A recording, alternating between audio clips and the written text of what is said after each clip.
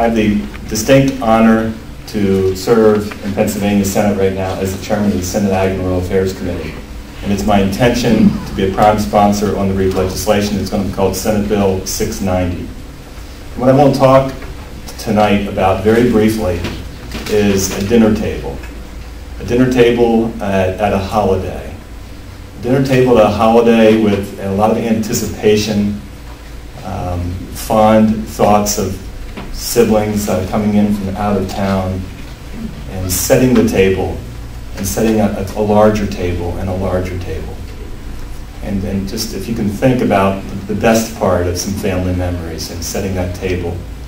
I want to talk about the table analogy because that's what REAP does. REAP's putting more plates at the table, more seats at the table. I think effective legislation, forget about legislation. We know this is a legislative activity in the end. Actually, it's a legislative activity in the beginning. In the end, it's all about on-the-ground activity. It's all about building relationships with producers, in my opinion. And what I'd like to see happen, with your permission and your encouragement and your cooperation, is adding more seats to that Thanksgiving dinner table.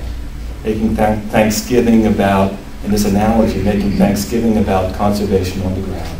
Building relationships with the landowners and people that work. And I'm thankful for you that are here. If you're interested in setting a place at the table, at a new table of cooperation with conservation districts and extension and landowners and 501c3s, not-for-profits, and county governments and state government, federal government.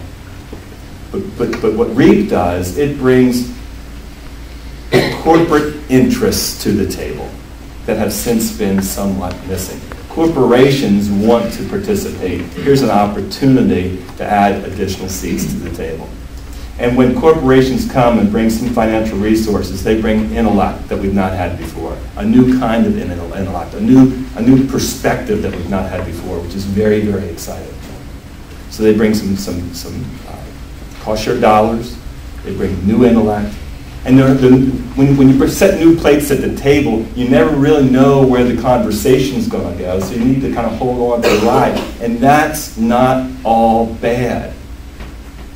We need to be more in the business of celebrating our disagreements and go ahead and dig in and have a healthy exchange and believe that something better is coming out. More plates at the table do that for us. REAP sets a large table, and it's going to be an exciting future. I want to say congratulations to Chesapeake Bay Foundation. Chesapeake Bay Foundation, I'm going to generalize, but I think agriculture was scratching their head on Chesapeake Bay Foundation a number of years ago. I don't know how many years, whether it's a decade or more ago, scratching their head saying, not sure if this is somebody we want to partner with.